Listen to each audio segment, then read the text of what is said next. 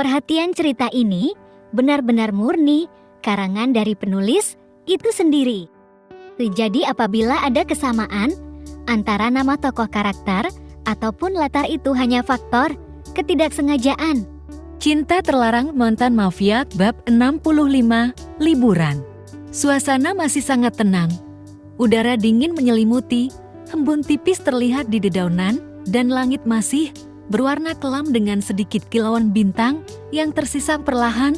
Semburat cahaya mulai muncul di ufuk timur, menandakan bahwa matahari akan segera terbit. Tak hanya ada suara angin sepoi-sepoi dan kicauan burung yang perlahan mulai terdengar, menambah kesan damai di pagi hari yang baru saja dimulai. Elai duduk bersandar bersedekap dada kedua kakinya, lurus saling menopang, menatap ke arah ufuk timur, mengenakan dress hitam model Sabrina dengan belahan yang cukup tinggi, sehingga terlihat jelas kaki jenjangnya yang putih. Suasana pagi yang cukup menyejukkan di atas siasat kecil pribadinya. Memejamkan kedua bola matanya sejenak, menikmati di semilir angin di pagi hari. Pengalaman pertama untuk Ella bisa menikmati sunrise di atas kapal yang pesiar pribadi seperti ini.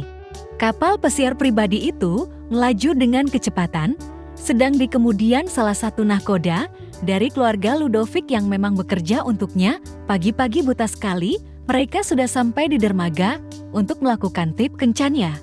Arik yang terus merengek menagih janji kepada Elle untuk liburan berdua. Alhasil jadi Ella harus mengambil cuti kembali. Arik datang dengan membawa selimut tebal dan diletakkan di paha Elle. Setidaknya itu cukup untuk menutup paha seksi kamu itu. Celetuk Erik tak suka tiba di dermaga tadi. Erik dibuat geram dengan tingkah laku Ella yang mengenakan baju kurang bahan seperti ini, sontak membuat seluruh pria yang berada di sana menatapnya dengan penuh minat. Walau tidak secara terang-terangan. Rick, masa iya aku liburan pakai baju formal celana, kemeja kedodoran gitu? Ella merotasikan bola matanya malas. Intinya aku nggak suka. Seluruh tubuh kamu dari ujung kaki hingga kepala tidak boleh dilihat orang lain selain aku. Detail, seharusnya kamu buang semua koleksi baju kurang bahanmu itu, Sweetie. Rick, kalau kamu masih mau mempermasalahkan perihal baju ini, lebih baik kita kembali dan pulang. Tegas Il melotot ke arah Arik. Jeka, iya. Di sini hanya ada kita berdua, Arik. Jangan berlebihan. Iya enggak. Kenapa jadi galakan kamu sih? Kan aku yang marah di sini nih.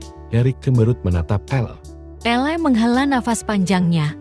Orang-orang di luaran sana itu salah menilai. Kamu tahu nggak, Rick? Enrico Ludovic, pria tampan, dengan sikap dingin dan angkuh tidak tersentuh, selalu tampil perfect.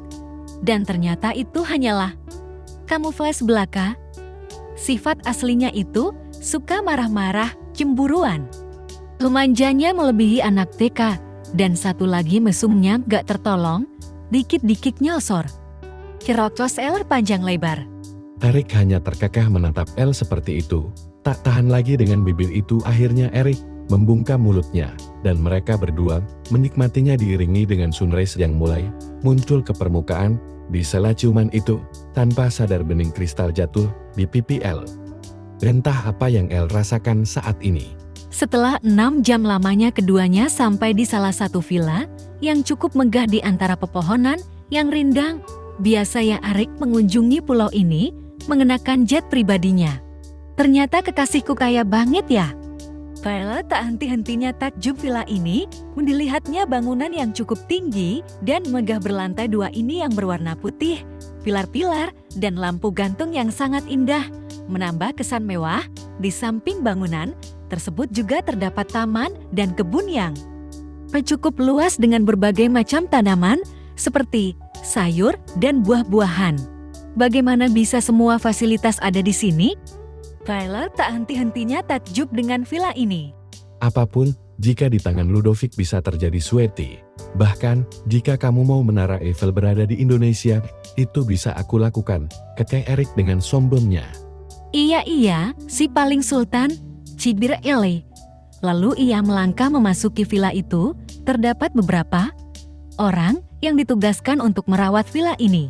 Han, Kamu sangat beruntung Sweety mendapatkan kekasih sepertiku, tetapi sayang kamu menolak untuk menjadi istriku. Bibir Erik mencebik sebal. Keduanya masuk ke dalam villa itu. Erik berjalan di belakang Elle dengan kedua tangannya menyeret koper milik Elle dan juga dirinya. Ini kamarku kan? Elle menoleh ke belakang ketika sampai di depan pintu. Kamar kita Sweety. Jawabnya tanpa rasa bersalah. Lalu dirinya nyelonong masuk ke dalam kamar itu. Rick, jangan bercanda. Aku nggak mau ya, satu kamar sama kamu. Di sini kamar NGGAK cuma satu bukan? Kalau kamu nggak mau, pindah biar aku aja.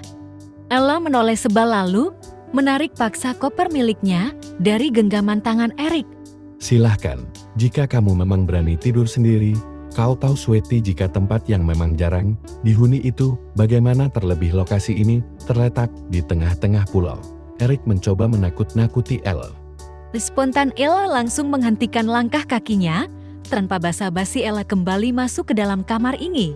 Tidur berdua dengan Erik, si empunya pun terkekeh melihat Ella dengan wajah masamnya, karena Erik tahu Ella itu sangat penakut. Sehari begitu cepat berlalu, Vero dan Erik seharian ini menghabiskan waktunya berkeliling villa menikmati berbagai fasilitas yang ada di sana. Termasuk di dalam kebun yang berisi dengan berbagai macam sayur dan buah-buahan. Malam ini di atas gazebo Elle tengah duduk menikmati anggur dan buah apel hasil memetik di kebun tadi. Tak lama ponsel milik Erik berdering terus-menerus. Tertera nama Devano di layar ponselnya. Aigla hendak mengangkatnya namun ragu. Takut dikira lancang, sedangkan sang pemilik sedang berada di kamar mandi. Melihat ponsel Erik yang terus berdering, dengan terpaksa Elle menekan icon hijau di ponsel milik Erik. "Halo bos," teriak Devano di seberang sana. Terdengar begitu bising samar-samar suara tembakau dan dentuman yang begitu keras. "Bos gawat bos." "Halo," Devano mengulangi kalimatnya kembali. Ada apa? Erik lagi di kamar mandi ini, saya Ale. Mendengar suara perempuan Devano di seberang sana merutuki kebodohannya. Kok diam? Apa terjadi sesuatu, Van? Tak ada di mana apa baik-baik saja. Rentetan pertanyaan yang dilayangkan Eli, namun Devano tak kunjung bersuara. "Siapa Sweety?" Tanya Erik yang berada di belakang Ellen. Maaf, aku lancang ponselmu terus berbunyi sedari tadi. Panggilan dari Devano. Ayla menyerahkan ponselnya kepada Erik. "Ada apa?" tanya Erik dengan suara datarnya. "Gawat bos, markas diserang habis-habisan, tuan dalam bahaya," teriak Devano di seberang sana. "Dor bukan kerak." Lembakan, pukulan dan erangan para manusia di sana terdengar jelas di telinga Erik. Bola matanya menggelap mengepalkan kedua tangannya dengan begitu kuat, meremas ponselnya hingga retak. Nafasnya semakin memburung, otaknya berkelana berpikir, siapa orang itu dengan beraninya jenantan Ludovic? Rick, kenapa? Erik tersentak saat suara Ella berulang kali menginterupsi dirinya. "Sweety, kamu di sini, jangan kemana-mana. Aku akan segera kembali," menangkuk kedua pipi Ella dengan cemas. Erik hendak pergi, namun tangannya dicekal oleh Ella. Ada apa sebenarnya, Rick?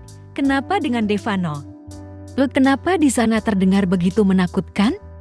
Cecar Ella dengan wajah yang terlihat begitu cemas. "Ada hal yang harus aku urus. Kamu masuk kamar, kunci pintu rapat-rapat. Jangan buka, jika bukan aku sang mengetuknya," ujar Erik. Tanpa memperdulikan jawaban Ella, Erik melangkah pergi menuju markas miliknya, yang letaknya tak jauh dari pulau ini.